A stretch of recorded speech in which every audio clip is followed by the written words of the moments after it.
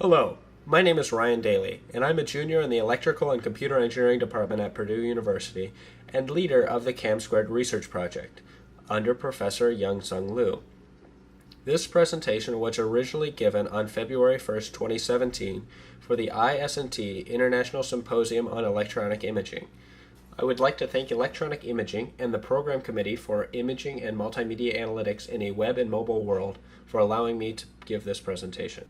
Please read Creating the World's Largest Real-Time Camera Network or visit engineering.purdue.edu/helps for more information.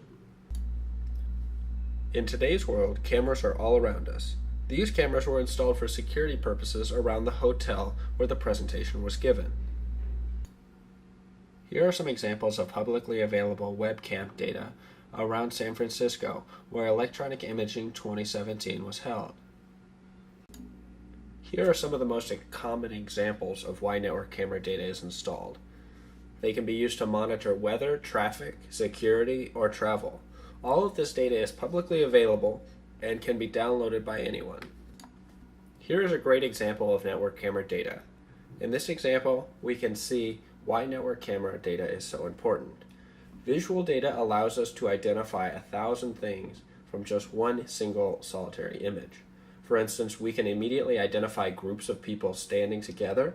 We can identify people sitting, using their phone, or a variety of other things. This example shows why visual data can be so powerful. Continuous analysis of many cameras, or CAM2 project, aims to unite all of this network camera footage into one single repository and allow users to easily access it through an API interface. This data can then be used to solve real-world problems, and cameras that were originally installed for one single purpose can be expanded to solve other real-world problems. Let's take an example that illustrates the power of network camera data in the CAM2 system.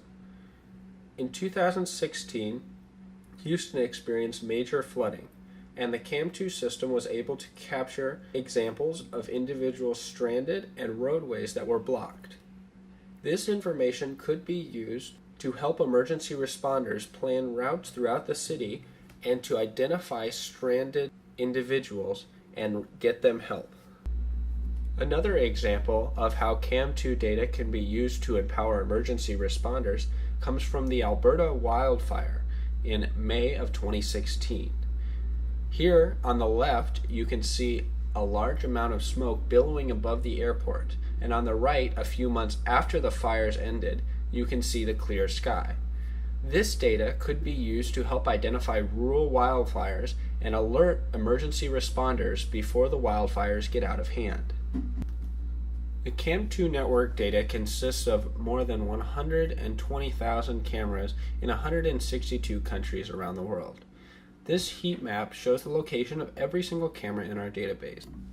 Along with the visual data, we also collect the latitude and longitude of each camera and some other metadata about the camera image. Here you can see all the metadata that we collect about the cameras. Latitude, longitude, city, state, and country are all geographical information that we collect for the cameras. We also collect information such as the frame rate and resolution for the cameras. Later, we will discuss in more detail how the resolution and frame rate are calculated. It's important to recognize that not every website contains the same metadata information.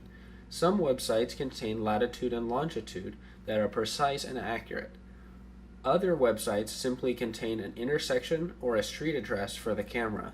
Having geographical metadata along with the visual data from the camera allows the camera data to be used for new types of situations. For instance, to track a car across multiple cameras, it is necessary to know the approximate location of those cameras. A majority of network camera data is distributed using web servers. A website normally posts camera information related to a specific type of data. This example is webcams.travel. Webcams.travel shows travel-related webcams from all around the world. This website is one of the few websites that offers an API that allows users to pull data directly from the server. Most websites do not have an API that allows the user to directly plug in to retrieve the camera data. This screenshot, taken from the New York City Department of Transportation, hosts around 1,600 traffic cameras.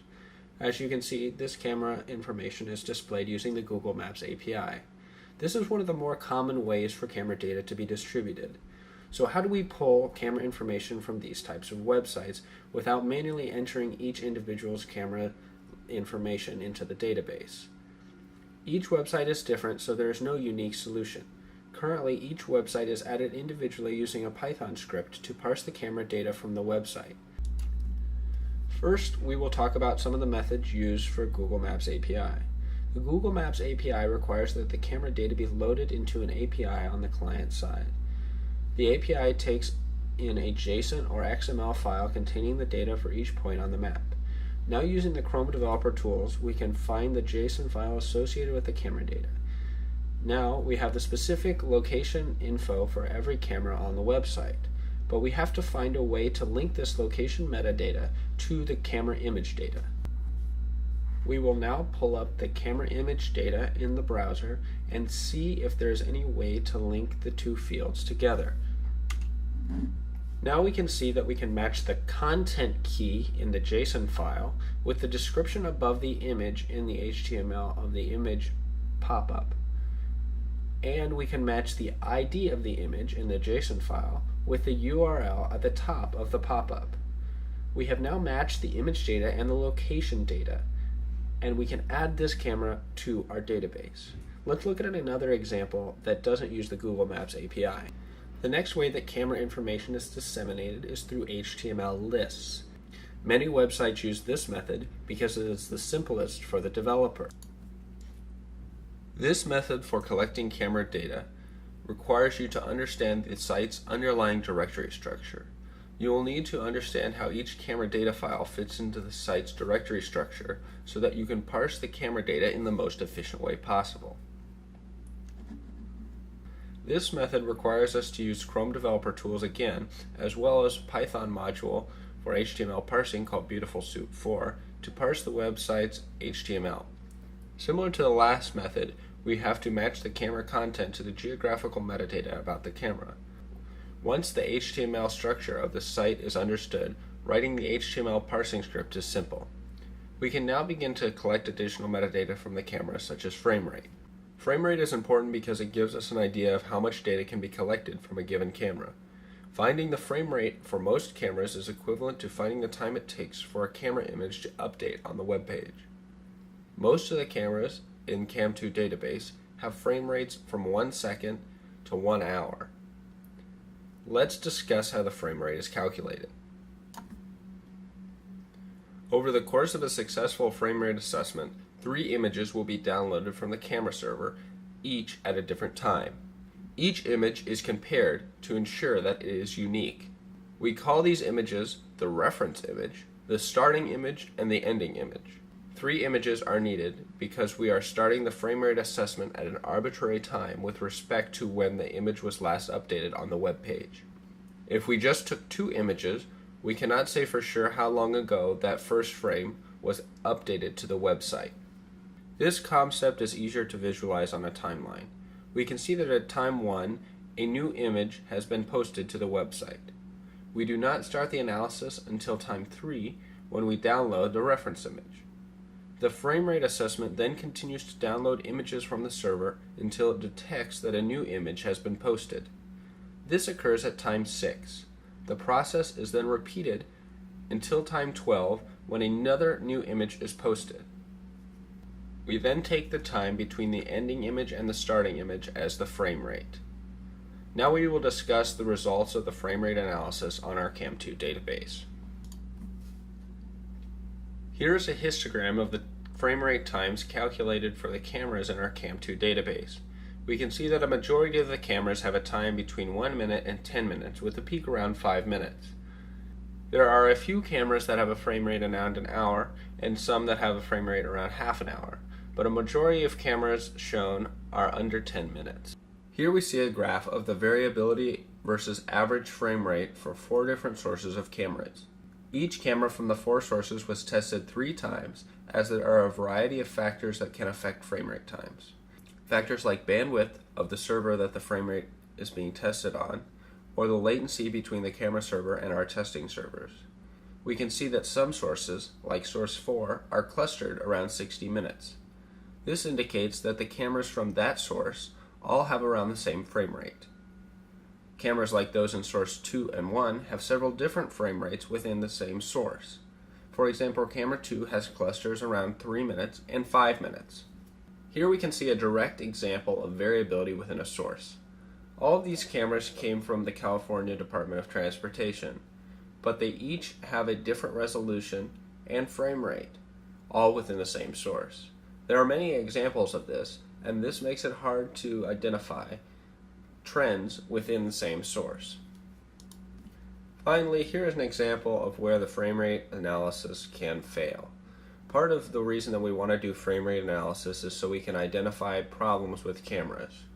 And this works for cameras that don't update new images to the web server every few minutes.